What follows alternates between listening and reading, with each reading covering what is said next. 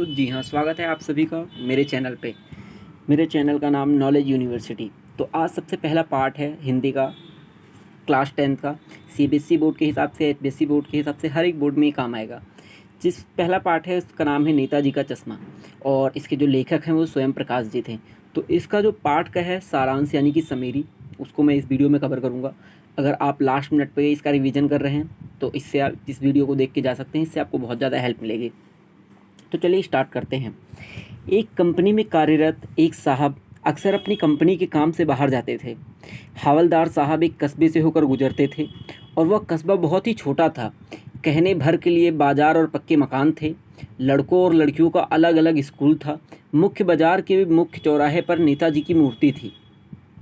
मूर्ति काम चलाऊ थी पर कोशिश सराहनीय थी। यहाँ पे क्या बताया जा रहा है कि एक कंपनी में कार्यरत एक साहब अक्सर कंपनी की तरफ जाते थे और हौलदार साहब एक कस्बे से होकर गुजरा करते थे, लेकिन वो कस्बा क्या था, वो कस्बा बहुत ही छोटा था।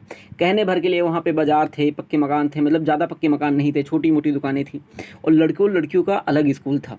लेकिन मुख्य बाजार के चौराहे पर नेताजी की मूर्ति थी। मूर्ति काम चलाऊ थी बट सराहनीय थी। संगमरमर की मूर्ति थी और उस पर चश्मा असली लगा था। चौकोर और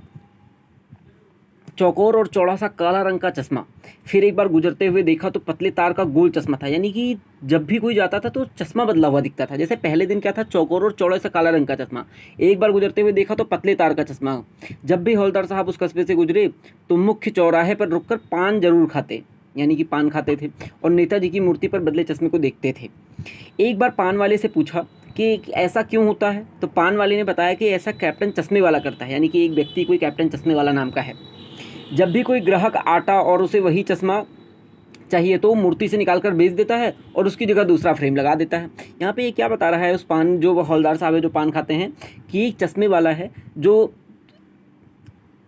नेताजी की मूर्ति के ऊपर चश्मा लगा देता है, लेकिन जैसे ही उसे वो फ्रेम पसंद आता है किसी दूसरे ग्राहक को तो उसे बेच देता है और नेताजी को दूसरा फ्रेम वो पहना देता है। पान वाले ने बताया कि जुगाड़ पर कस्बे के मास्टर साहब से बनवाया हुआ मूर्ति, मास्टर साहब चश्मा बनाना भूल गए थे। यानी जब मास्टर साहब से जो मूर्ति बनवाई गई थी तो उसमें क्या था, उसमें चश्मा बनाना वो भूल गए थे, और पूछने पर पता चला कि चश्मे वाले का कोई दुकान नहीं था, बल्कि वो बस एक मरियल सा बूढ़ा था जो बांस पर चश्मे की फेरी लगाता था। यानी कि जो चश्मे वाला है उसकी कोई खुद की अपनी दुकान नहीं है, वो रेडी फेरी वाला नहीं है। वो क्या करता है, उसके पास कोई मरियल सा आदमी है वो क्या करता है, सुभाष चंद्र, वो जो हमारे जो नेताजी हैं उनके उसमें वो चश्मा लगा देता है और उसी से वो बेच देता है।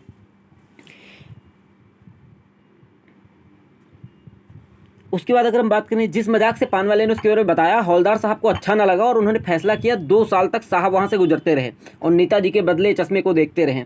कभी काला, कभी लाल, कभी गोल, कभी चौकोर, कभी धूप वाला, कभी कांच वाला। एक बार हौलदार साहब ने देखा कि नेताजी की मूर्ति पर कोई चश्मा नहीं है।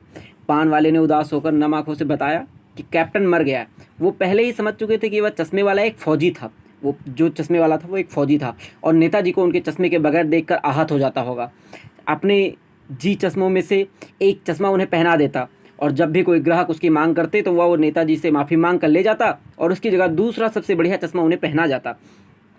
और उन्हें याद आया कि पान वाले से हंसते हुए उसे लंगड़ा पागल बताया था।